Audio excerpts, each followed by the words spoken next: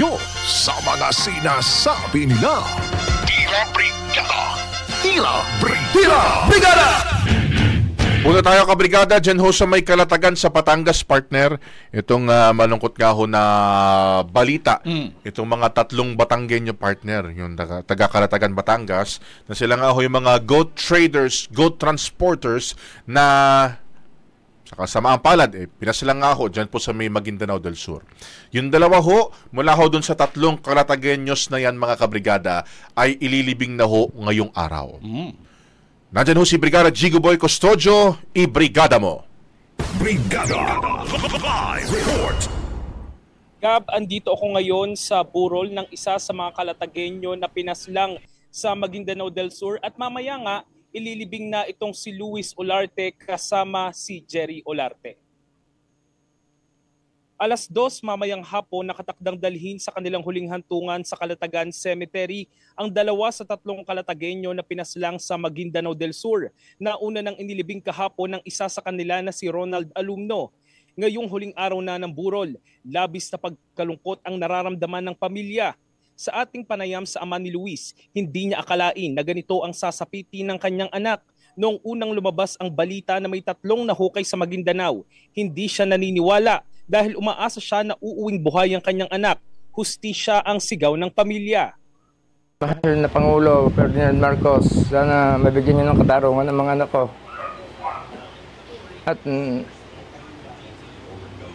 Vice President Sara Duterte, mabigyan ng katarungan ng aking mga anak. Pinutol ng taga Mindanao ang pangarap ng aking anak. Sana tugunan niyo naman ang aking hinaing sa inyo, Pangulo Bongbong Marcos at Vice President Sara Duterte. Pati na po ang nasa babang nanunungkulan. Sa loob ng 2 taon, 2 beses sa isang buwan daw silang nagdi-deliver ng kambing sa Mindanao. Naiikutan na raw nila ang Maguindanao pero unang beses nila sa Mama Sapano kung saan ang meet a place sa buyer. Panatag sila dahil maayos kausap ang buyer. May dati na rin daw kasing nakapag-deliver sa buyer. Ang pakilala daw nito ay kamag-anak ng isang politiko sa Maguindanao. Tiniyak pa raw nito sa mga transporter na payapa ang sitwasyon sa lugar at siya ang bahala sa mga ito. Pero nito nga May 11, hindi na makontak ang tatlo hanggang sa natagpuan na lamang ang mga ito na wala ng buhay sa isang rubber plantation. Bago ang libing, Brigada Gab and Brigada Abs ay magkakaroon muna ng misa at plano ring dagdagan yung 100,000 pisong pabuya para sa sino mang makakapagturo o makakapagbigay ng impormasyon para mahuli itong mga suspect sa krimen. Brigada Gab and Brigada Abs.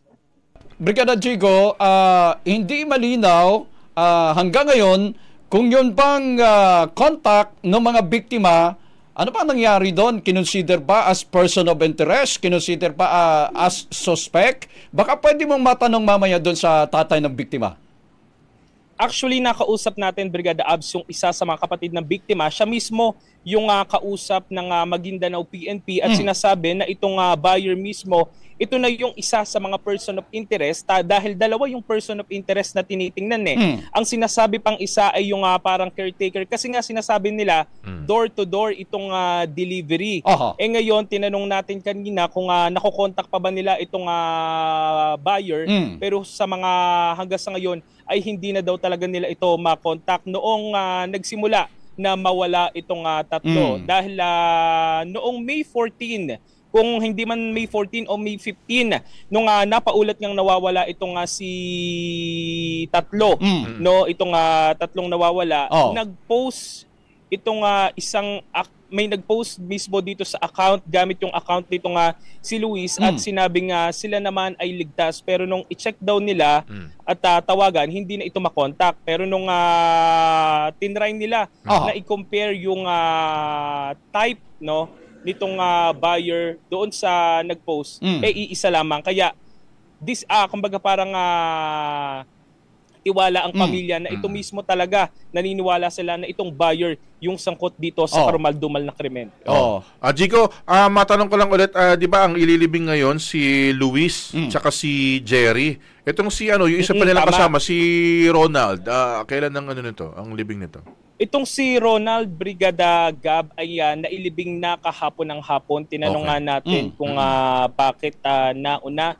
Pero ang sabi sa atin ay ito mismo yung napagdesisyonan ng kanyang pamilya. Pero ngayon naman, nandito tayo kaya Luis, siya ay dadalhin sa simbahan mamaya 1:30 ng hapon, habang ito namang si Jerry ay alauna at sabay silang mimisahan kasi magkahiwalay itong bahay ni Luis at ni Jerry, pero sila naman ay magkamag-anak.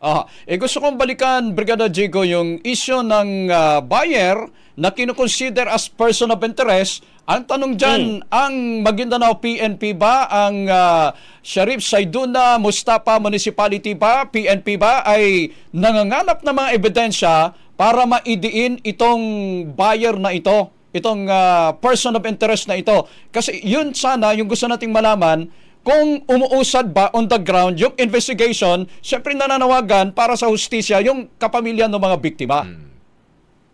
Hanggang sa mga oras naman na ito, hanggang sa mga araw na ito ay nagpapatuloy naman talaga, Brigada Abs, yung investigation. Siyempre, malaliba nga investigasyon yung ginagawa dito dahil maraming angulo na pwedeng tingnan itong kapulisan. Actually, nakausap natin yung isang kapatid kanina at halos oras-oras naman daw ay nag-update sa kanila itong Maguindanao PNP. Pero sa ngayon, ang impormasyon pa lamang na ibibigay sa kanila ay yung dalawang persons of interest pa lamang. Hanggang doon pa lamang yung ano. Sige. Jigo, kanina 'di ba nabalita natin kahapon na nag-alok na or napagkasunduan sa isang sangguniang bayan resolution yung 100,000 pesos na reward. Kanina sabi mo baka posibleng madagdagan pa ng 100,000. Tama ba yung dinig ko? Tsaka saan manggagaling itong additional reward para sa makapagbibigay impormasyon sa mga suspect?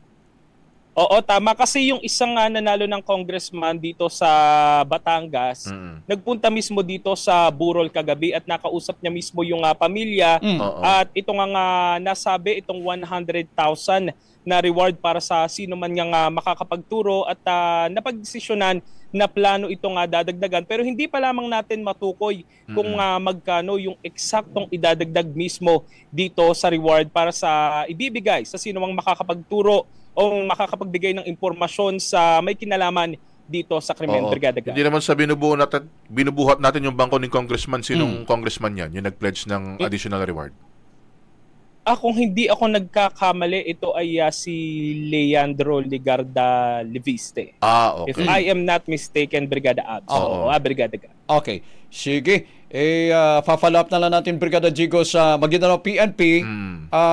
Ano bang update? Kasi nga dapat may pangalan na may pangalan na, although pwedeng i-withhold yung pangalan, pero gusto nating malaman, ano na yung mga resulta ng investigasyon na paano nila makonsider na person of interest at paano nila makonsider as suspect, ano ba yung mga incriminating circumstances, ano ba yung mga background circumstances, bakit na-consider na person of interest yung kakontak nila na supposed buyer ng mga kambing na dala nila. Hanggang sa mga oras na ito naman ay patuloy nating kinukuha yung panig ng Maguindanao PNP, pero hindi pa rin sila medyo sumasagot. So yun naman yung inaalam na rin natin hanggang sa mga oras na ito, Brigada Abs, at balik na muna sa inyo. Okay. In the heart of changing lives, ako si Brigada Jigo Custodio ng 105.1 Brigada News of Manila, the Music News Authority. Nakasentros. Ang bahaging ito ay hatid sa atin ng Standout ES4 Capsule. Simulang tuparin ang pangarap ng iyong anak. And starting now,